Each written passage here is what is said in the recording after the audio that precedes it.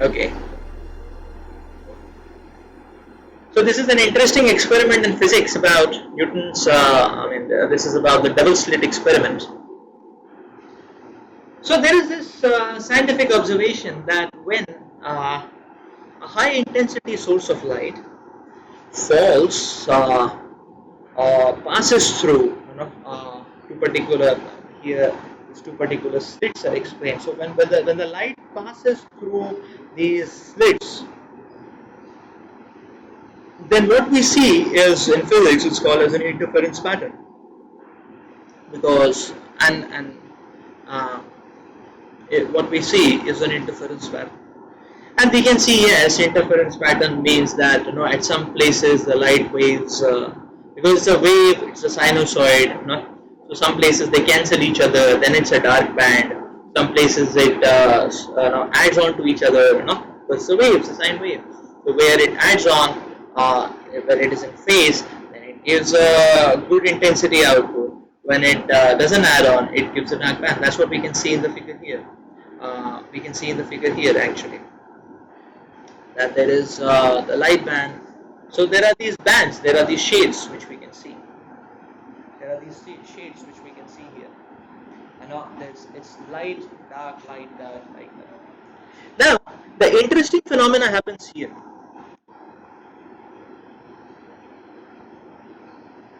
So interference pattern you can explain from a classical perspective. Okay, there is wave, and you can express the wave in the form of a sine function in the mathematical sense, and then you can say its phase is changing, so it adds somewhere, it collapses somewhere. You can explain it from the classical perspective. Interesting thing happens here when there is a low intensity source of light. Then you don't see these bands. So low intensity source of light, you don't see these bands. What you see is random dots, and they appear to be everywhere. So now the question comes is that what has happened? These low intensity bands, they appear to be everywhere. And now the next point to note is that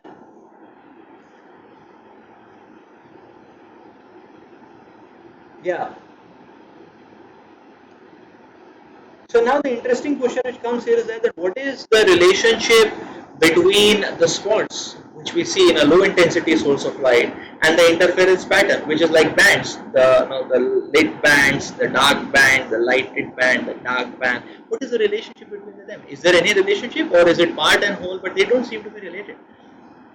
The interesting thing is that if you have a low intensity light for a very long period of time, then by long exposure what happens is that the random dots, they start forming an interference pattern, as what we can see here.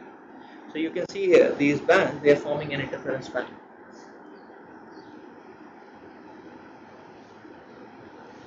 So now so this, what we can say is, from scientific perspective, this is said to be, that okay, in one case, short periods of time is behaving in a quantum sense, long periods of time behaving in a classical sense. Now this is a very interesting case where all our understanding and concepts start faltering. So one of the slits is closed. When one of the slits is closed, you can see that the particle, when one of the slits is closed, then you can see that the particle is landing everywhere. So this particular graph is showing, that is showing where all the particle lands. So that means that this small light particle, it lands everywhere. And one of the slits is closed, it lands everywhere. When both the slits are open,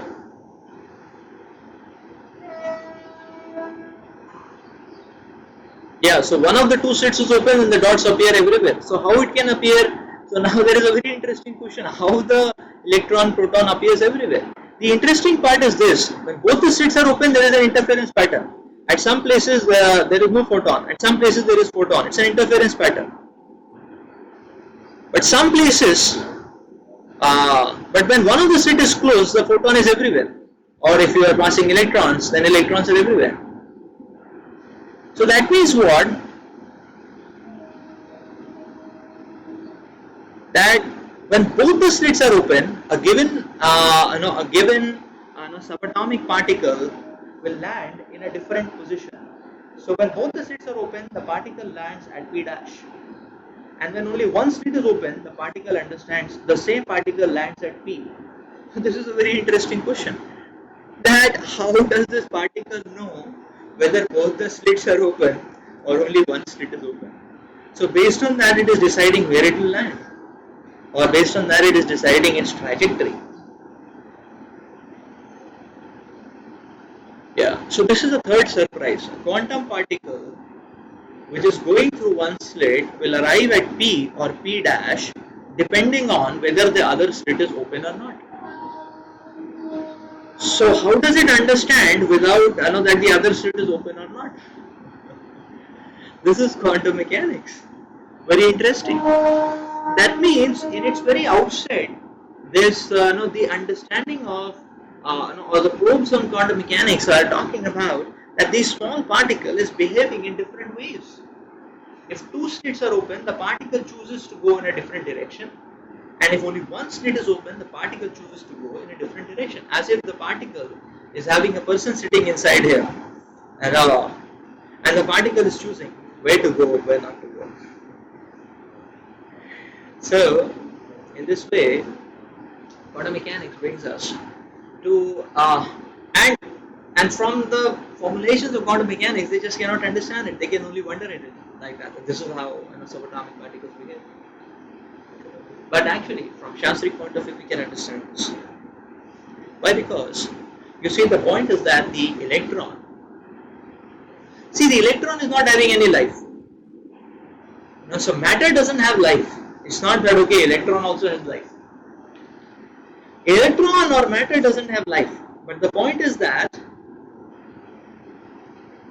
just because it doesn't have life, it's not impersonal. The world may be lifeless because matter may be lifeless. The universe may be life is spirit, but then matter doesn't have life. But just because it doesn't have life, that doesn't mean it's impersonal. Everything in this world is personal. Why? Because there is a personal hand behind it. So we understand, okay, matter doesn't have life, but it is life which moves matter. So the Vedic Shastras explain, Andantarastha Paraman Chayantarastha.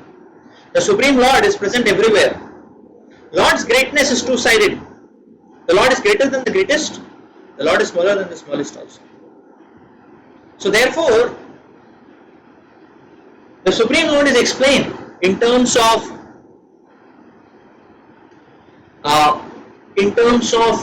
the vast expanse of the universe, and then it is said that okay, this whole universe, this planetary system is like the body of the Lord, is so huge. But then the Shastras also explain that the Lord is within every atom. The Lord is within the space between the atom also. So Lord's greatness is both sided, greater than the greatest, smaller than the smallest. So that means that the Lord's hand is present everywhere. And just because that personal hand is present, the superconsciousness, stamp of the superconsciousness, the hand of the superconsciousness is present even on the atomic level. Even the atomic level does not behave in an impersonal way. It behaves in a personal way, which means that according to the situation, the behavior changes. The Shastras explain that. The Vedic Shastras do explain that. So nothing is impersonal in this world. Even quantum particles are not impersonal. But matter behaving in a personal way, that means that the matter behaving in a personal way, that means that this matter is being used as a means to express love, to develop relationship. It's just like, say for example, suppose one gets up in the morning on his birthday, and one sees that as soon as one gets up, one sees a very big gift bag, a lot of chocolates in it. So now we may say, okay, the gift bag may be immediately, and there are flowers, the bouquet of flowers, there's a box of chocolates. Now, a bouquet of flowers, a box of chocolate, it's all matter actually. It's all organic matter. But the point is that, and one comes, one takes bath, comes to the dining table, he sees his favorite, puri halwa sabji, puri halwa aloo sabji, his favorite. So now the point is that from a material perspective, it's all matter. Halwa is matter, chocolate is matter. But because that matter, but the very positioning and placement of it in our life, so that matter is not moving on its own. The presence of that matter indicates a personal hand behind who loves us.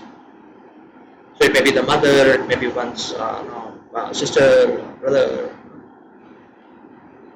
So the presence of the chocolate means, denotes the love of the person behind who has maneuvered it to be present there for us to experience. So the experience of the chocolate is a way in which one can experience the love of the person behind the chocolate. Otherwise the chocolate is not much meaningful, is it not? In 10 rupees we can purchase a chocolate, 20 rupees we can purchase a chocolate. So that's the point. Halwa is not much meaningful. It takes 20 minutes to make halwa. A basic halwa you can make in 20 minutes. Halwa is not much meaningful. But then the presence of the halwa on the day of the birthday